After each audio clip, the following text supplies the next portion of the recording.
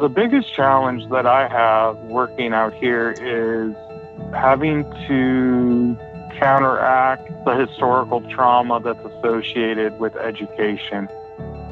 I'm working with a population of people whose parents and grandparents were in that generation when the Bureau of Indian Affairs said, we know what's best for you, and that's that you let us take your kids out of the community and send them to boarding schools in the lower 48, where on the threshold of the building, it chiseled, kill the native, save the child.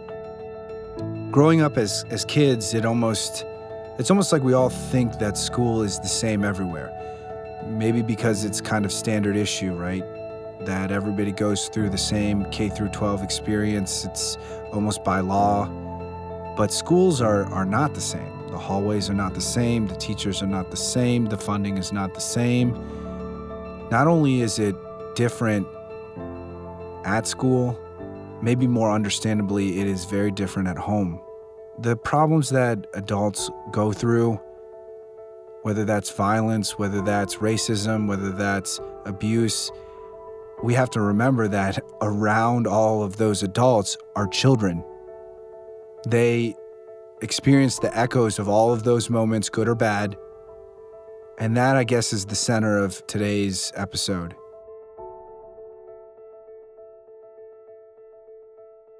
Just a quick warning, this episode, it does include some content that is pretty adult, serious situations that are somewhat graphic in nature. If you have young children in the room, they might want to sit this one out. Hi, this is Alex Sheen, founder of Because I Said I Would. You're listening to the Because I Said I Would podcast, where we share the life stories that come from the promises that people make, they keep, and even the broken ones. In today's episode, you're going to hear from someone who shares my name, Alex. What he has seen in life through his profession is something that we all can learn from. This is his promise story.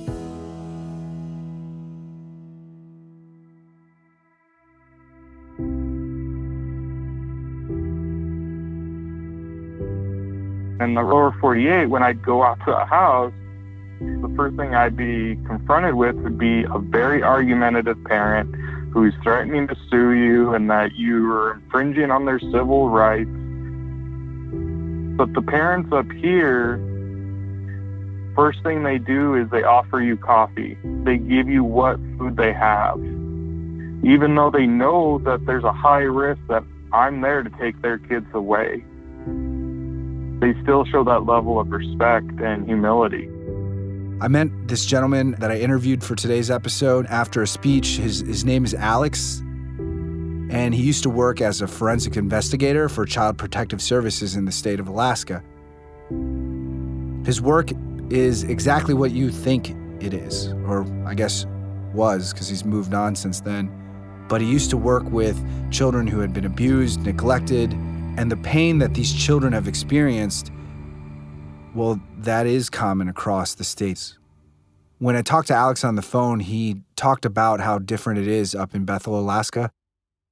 So the population that we primarily work with is about 99.9% Yupik Eskimo. So it's an Alaska Native population. We service 26 communities spanning an area greater than the size of the state of Oregon.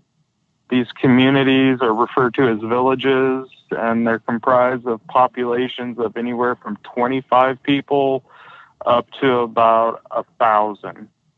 Most of the communities don't have running water, so no indoor plumbing. They have to go to the water station to haul water back home for cleaning and bathing. It's a financially poor area. They're living in an area that's so impoverished that the schools don't necessarily send home textbooks because they're afraid that they'll get used for fuel in the homes because the homes get cold. You know, my first reaction to hearing this thought that they have to burn books for heat, I guess it's human nature to focus on the challenges, to focus on poverty, to focus on alcoholism or whatever the issue might be. I mean, I don't know if you know this, but In this area in Alaska, they have a suicide rate that is 10 times the national average. It's really easy right now, and I guess at any point in your life, just to focus on the problems. But that's not how Alex looks at the Yupik people. A lot of times there's that old quote, the strongest steel is forged in the hottest fire. What are some of the positive things that you've seen either in the characteristics of the community, of the culture, or a particular kid? Resiliency. I would say that the Yupik people have probably some of the strongest resiliency I've seen in any population. And I can say I've traveled the world. I've been on all 7 continents in my lifetime. I've gone to third world countries.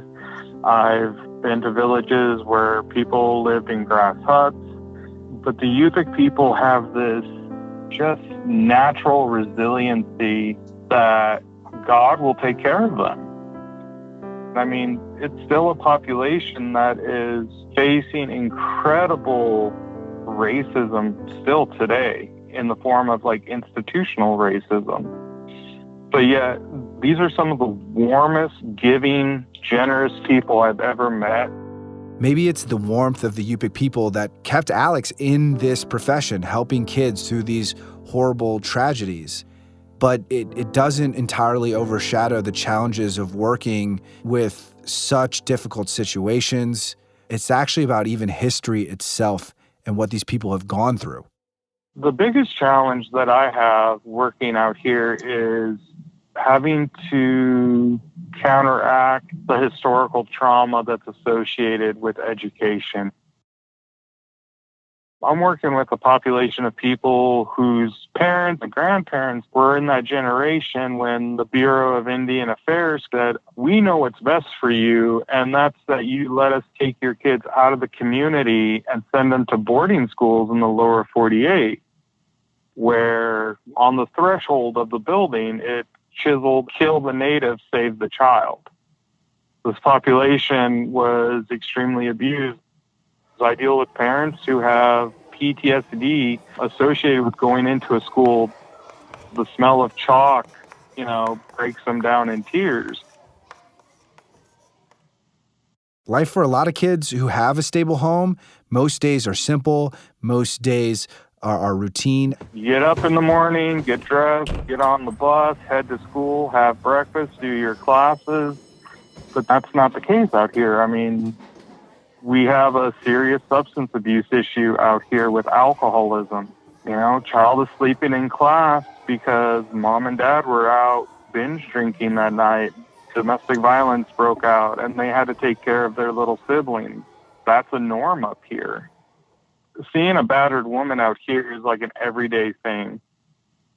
Alex has helped kids in need as a forensic investigator for Child Protective Services. We're not talking about like a year or something like that. We're talking about 14 years of his life. The average lifespan for a CPS worker is only 14 months, even in the lower 48.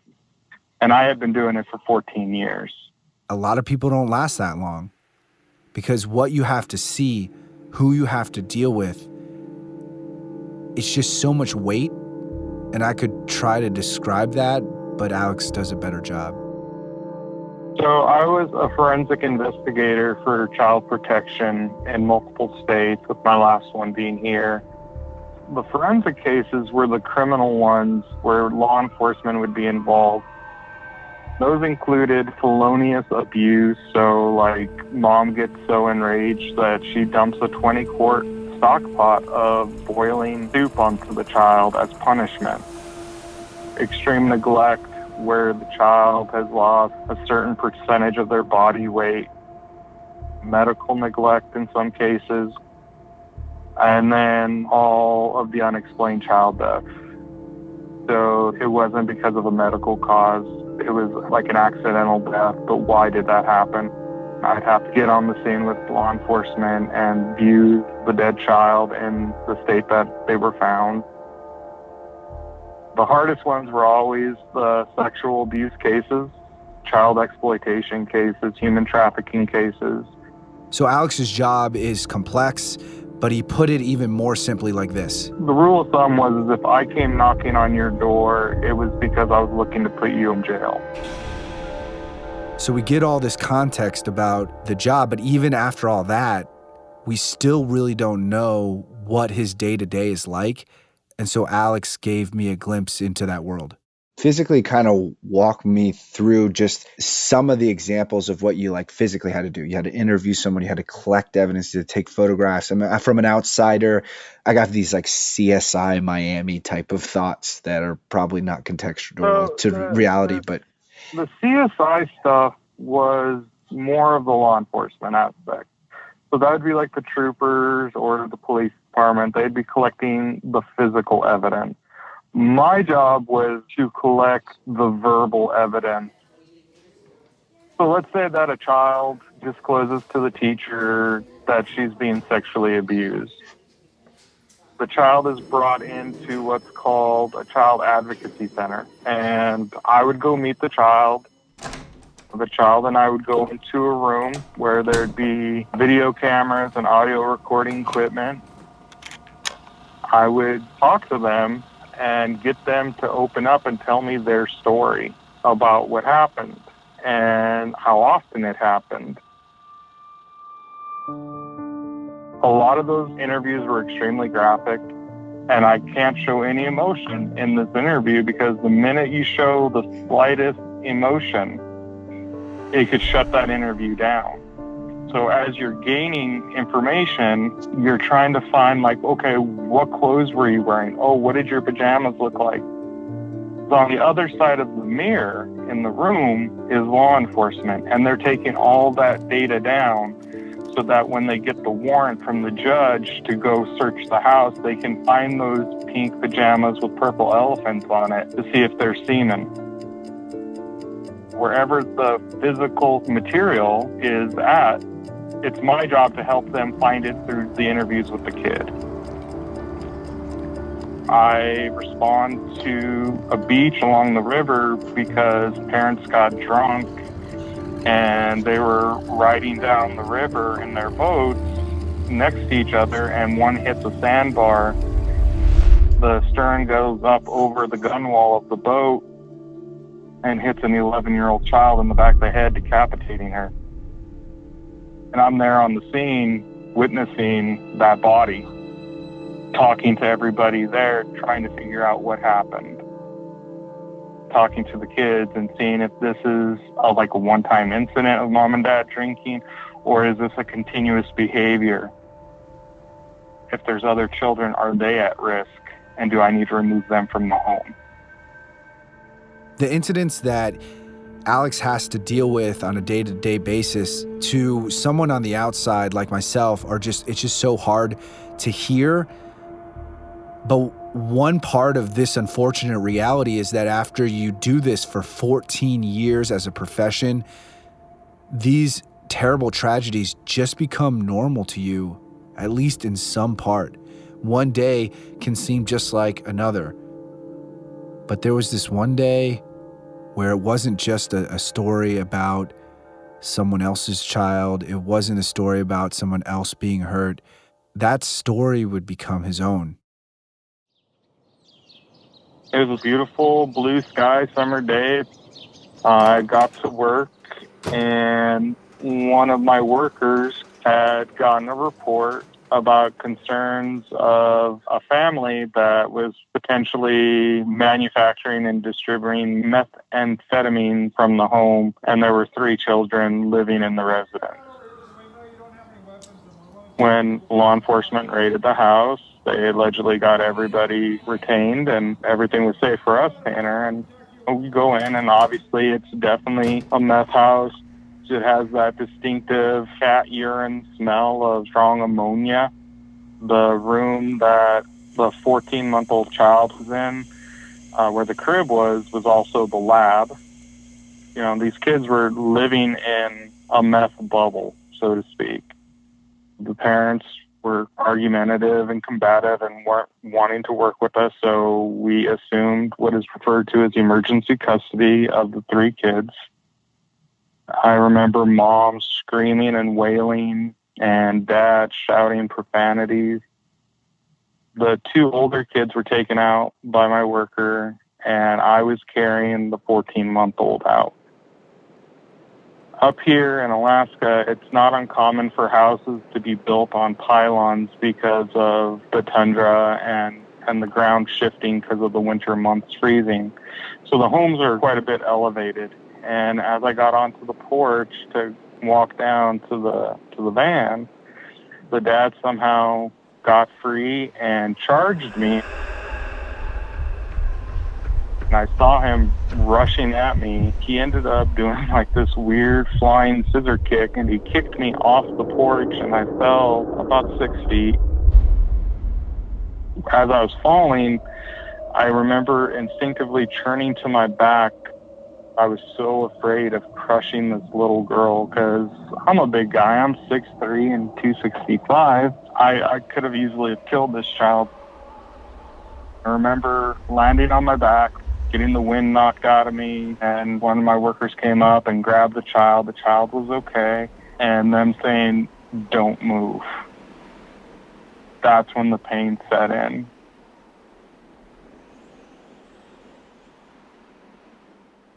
Maybe it was the adrenaline of the moment, but Alex didn't realize the extent of his injuries until he looked down. When I looked down, I had a piece of rebar sticking out of my left foot and also poking out of my right hip. The yard was filled with junk, and I just landed on 2 rusty pieces of rebar. And from that came a series of serious infections that got into the bone. I developed osteomyelitis and also necrotizing fasciitis, which did serious nerve damage. In the first year, I endured 13 surgeries. Part of the surgeries were what are called transmetatarsal amputation. I ended up losing my feet because of the osteomyelitis. The entire front of your foot all the way to the toes is gone. Basically, all you have left is the heel. You have to understand that Alex is a guy who was in great condition his entire life. Obviously, anybody losing their ability to walk is an absolute tragedy, but this is also a man who taught judo, someone who was a wrestling coach. He was also an avid hunter, meaning he would go out into the wilderness and he would have to drag a deer back to his quad. And in the aftermath of all of that, he faces a bleak diagnosis. So between the osteomyelitis and the nerve damage caused by the necrotizing fasciitis, which is the flesh-eating bacteria, my mobility was nil. Doctors said that I was most likely going to be stuck in a wheelchair, or I would need to have to use arm crutches with leg prosthetics for the rest of my life was the best case scenario. The impact of his injuries wouldn't stop at just what happened to him physically. They would bleed into his mind. About a month and a half after the accident, the nightmares started to come. Nightmares of like the kids screaming at me, "Why didn't you protect me better? Why didn't you save me earlier?" And these were kids that, unfortunately had died because of acts of the parents or suffered sexual abuse. I was terrified to sleep and ended up going to a counselor and got diagnosed with PTSD. So between that and the physical limitations, I just downward spiraled. I just felt like my life was over. I felt like my life had been taken away from me. I remember being angry and frankly pissed off at the world that here I was doing like what I felt, not to sound arrogant, but almost like God's work, like I'm out protecting kids and this is what happens to me. Why did something like this happen to me? The hardest part of hearing Alex say that is that it's true. There's so many people out there who are incredibly committed to helping others in need. They sacrifice their wages, their times, their weekends, their health, in the case of Alex's ability to even walk. And for what? You know, and a lot of people who help this world, they don't get any sort of appreciation. And yes, their life is affected even adversely by it. But what they get in return, I just wish it was more. It just seems so unfair. But at least what Alex gets or should get, and it's just so hard to feel in the midst of it all, is a sense of purpose. Like, you are on this earth for a reason. And that is one of the hardest things to feel, one of the hardest things to have. But that doesn't mean that's how we feel. It's really hard to align those two. It takes a lot. It takes a lot for you to get your head into that space. And that day for Alex would come when his own son would have a conversation with him. He would say something that wouldn't make anything, I don't think, better, but it would at least give him a direction.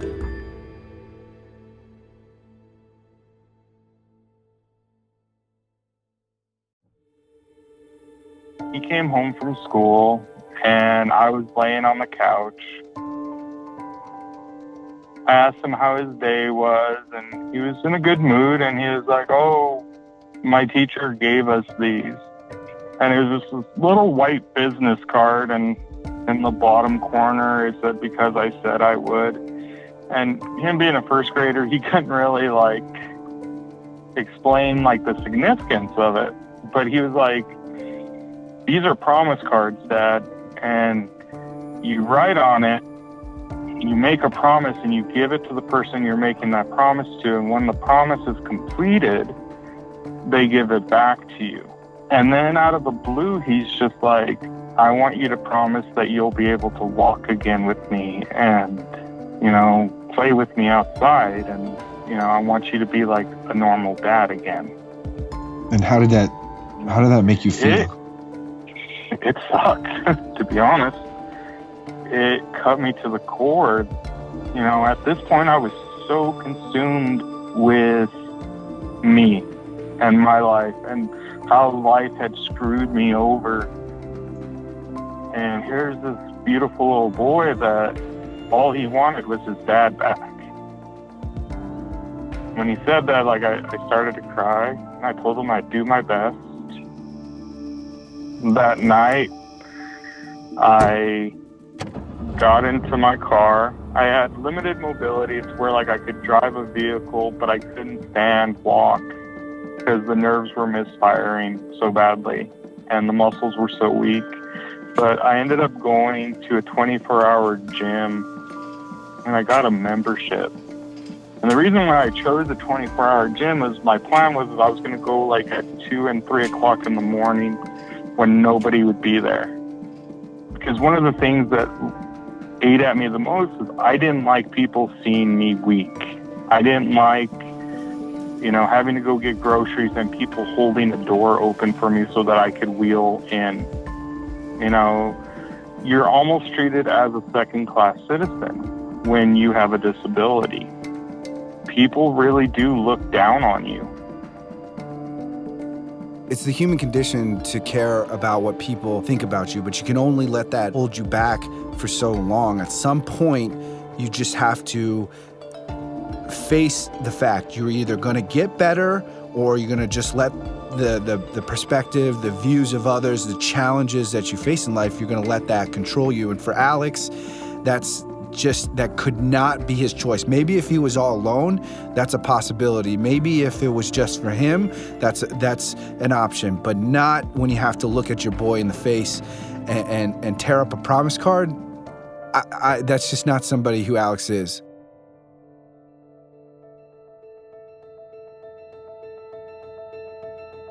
So what exercises and things did you do? What was some of the activities that got you to that place where you could keep this promise card that you wrote to him and to walk again?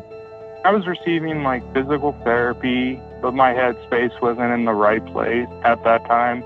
It started off with simply just being able to stand up and hold my weight underneath me.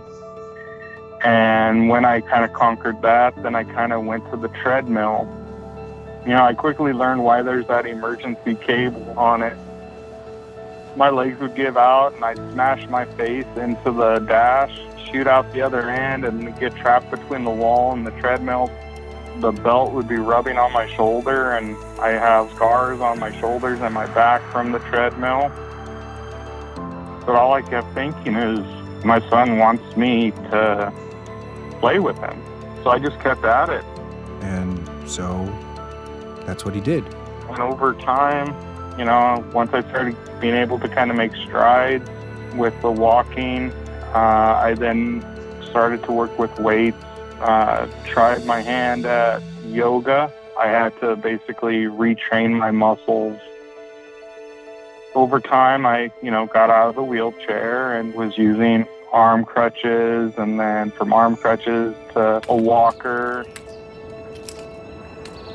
My son and I would go for walks, started off with just like walking to the end of the neighbor's yard and then back. And then down to the corner of the block and then around the block. And it just kept getting bigger and bigger. I competed in a 5K, and I'd like to say it was me running. I mean, I competed in it, and I didn't stop, and I completed it, but it looked kind of like a pirate with two peg legs running. It was more of a hobble than it was a run.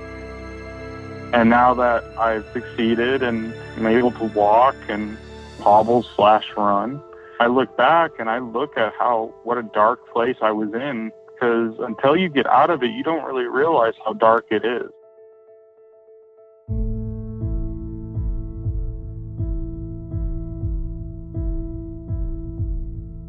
What do you think would have happened if he didn't have that moment with you, and if you didn't keep that promise, I would have been dead by now.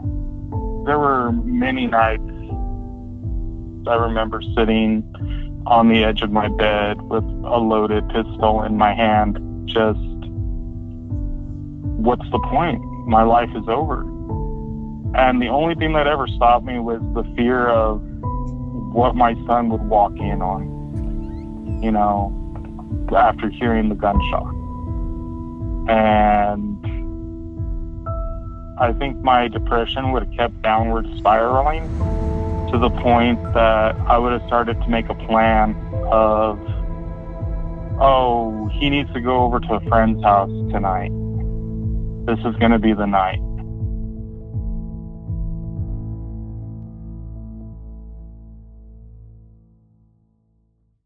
But that plan never happened. That night would never come. Alex kept his promise to his son so he could play with him, walk with him, hunt with him. He did what he said he was going to do. And that has an effect on a father, on a son, on a family, and on society. Alex knows that. The reason why the whole "because I said I would" movement, rang out to me is, I think that as a society, we have lost sight of the importance of keeping a promise to others, that we've, that when you make a promise to someone, it's hard work.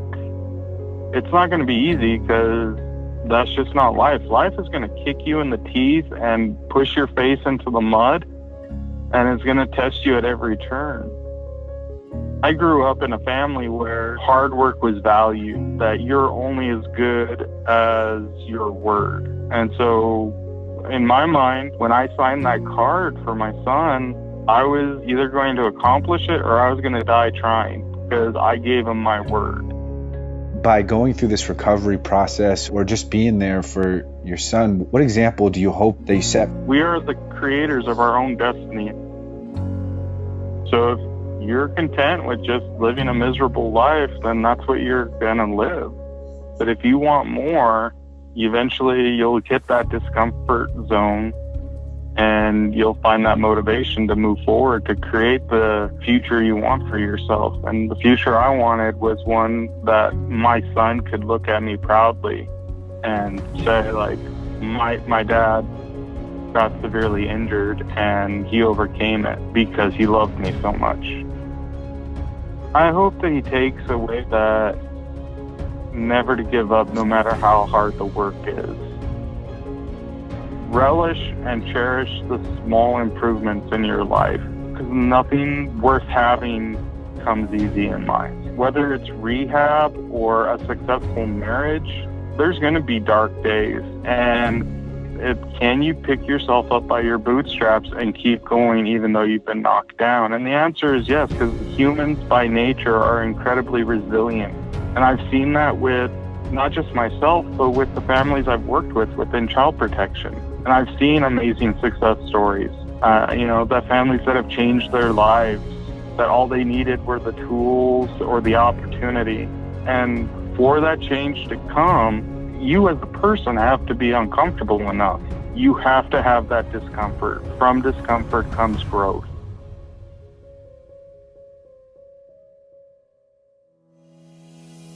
Thank you so much for listening to our first episode. My name is Aaron Califato, and I help produce content like this podcast for Because I Said I Would. Now, during this episode, you heard a lot of things, some inspiring and others difficult to listen to. For me, some of the most difficult parts were hearing about the terrible environments and conditions that our guest Alex witnessed children having to endure. And being a father myself, I can't even imagine. So I thought, as I'm sure as listeners you were thinking too, is there anything we can do? Are we missing anything? Is the problem too big? I mean, I know there's not a magic pill, but I decided to call our guest, Alex, in Alaska and ask his advice. And he said, while there isn't a magic pill, there is something we can do. It's something very simple. He said a lot of people assume it's the sole job of the Child Protection Agency or the police to take care of these issues concerning children. But society is actually the first line of defense, that it's up to us to prevent this. So, simply, if you see something, say something. Alex says it's often overlooked, and that cases of child endangerment and abuse thrive when there's secrecy and when no one is willing to cross that threshold of being slightly uncomfortable and saying something. This doesn't mean being confrontational or accusatory, but if you think a child may be in danger or something doesn't feel right, the temperature is off. It's the proliferation of that information that makes our communities safer. The more people who know, the better. Tell a trusted community member or an authority figure, someone you trust at your place of worship, or call Child Protective Services as a prevention. These are small but powerful gestures, and they make a world of difference. And a world that is safer for our children is a world that I think we all would be willing to fight for. You can find and listen to this show at becauseisaiwould.com/thepodcast. And you can also listen and subscribe on Apple Podcasts and most other platforms where podcasts are found. And while you're there, please rate and review this show. It goes a long way. If you like Because I Said I Would, the podcast, I think you'll enjoy Because I Said I Would, the book. Heartwarming, humorous, inspirational, and tragic, these collections of moving promise stories will challenge readers to look deep within themselves and consider the importance of the promises they make. The book is available for purchase at becauseisaiwould.com/thebook. And you'll be glad to know that 100% of the author's proceeds go to Because I Said I Would, a 501c3 nonprofit organization that is bettering humanity. And they do this through chapters of volunteers, character education in schools, accountability programs, and awareness campaigns with a global reach. Special thanks to our team, producer Julie Fink, audio supervision by Michael Seifert, recording engineer Eric Koltnow, and mix engineer and sound design by Dave Shaw. Until next time, remember, a single promise can change a life forever. And behind every promise, there's a story.